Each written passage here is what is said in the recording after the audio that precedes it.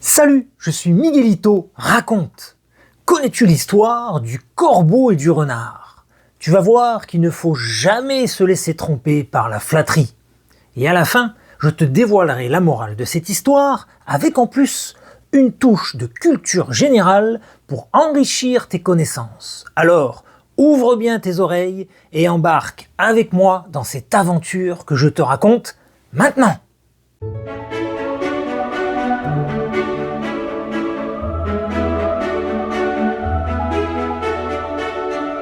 Le corbeau et le renard.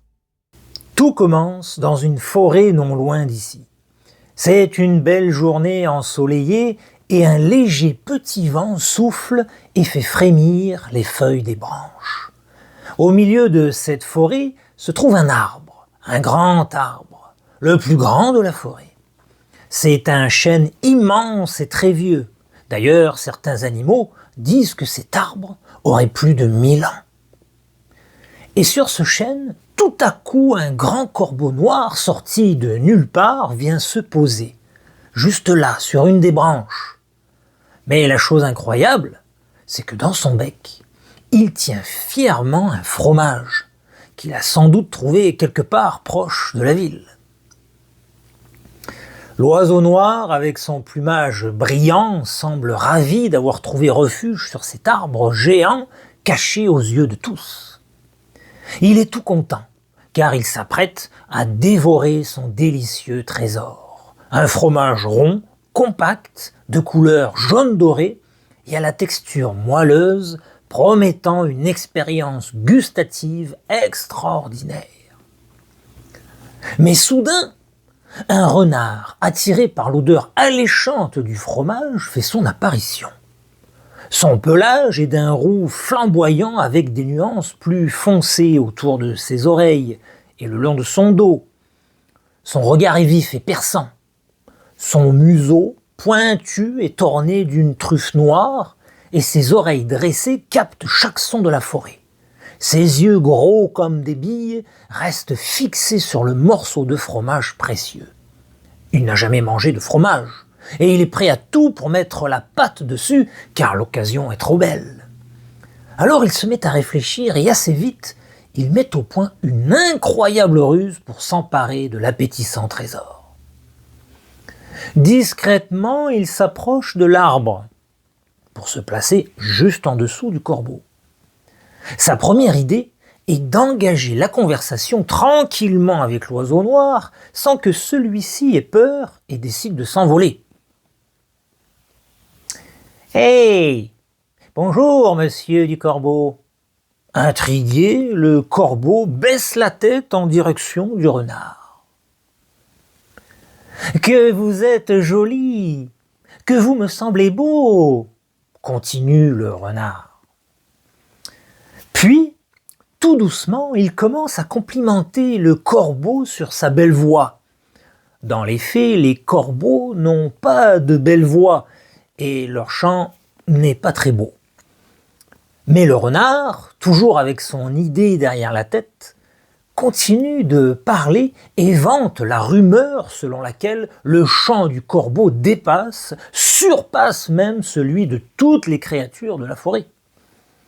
Le corbeau ne dit rien, mais on voit bien qu'il a l'air d'aimer qu'on le flatte.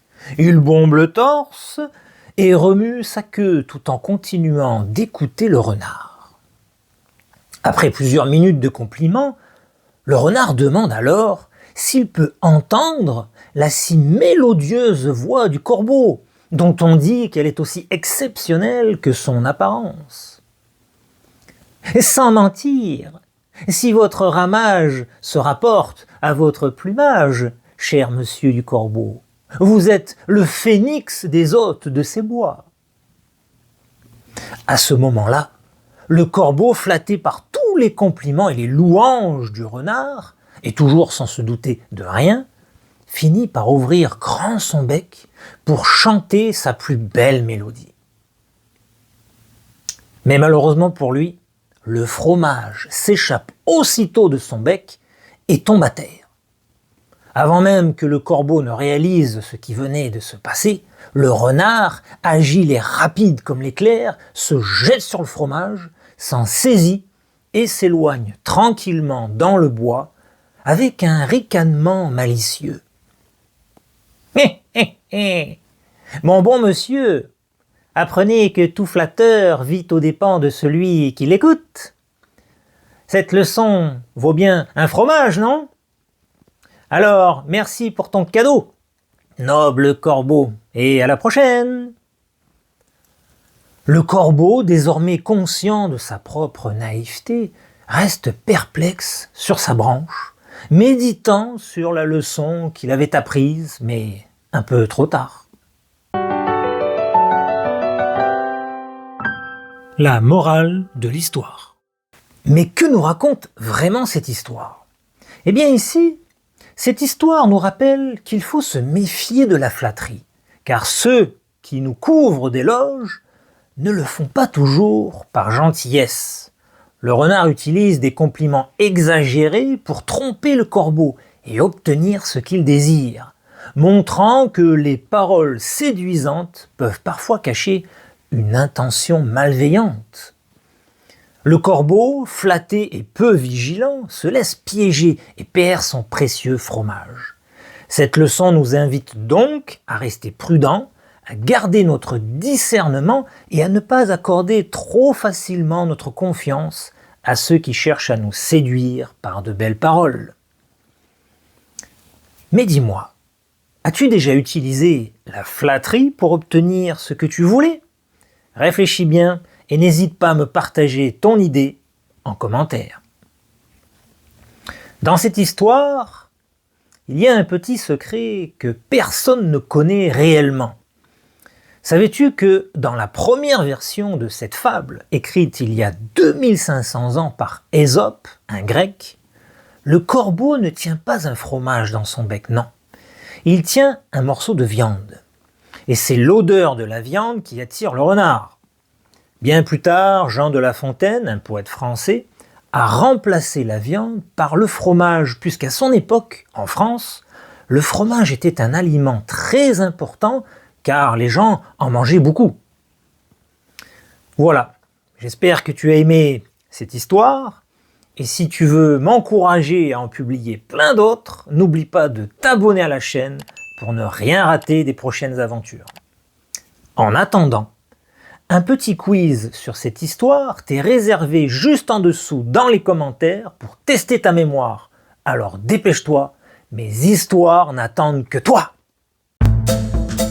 Dans cette aventure-là, tu vas voir que vouloir profiter ne veut pas dire d'oublier de se préparer pour les lendemains difficiles.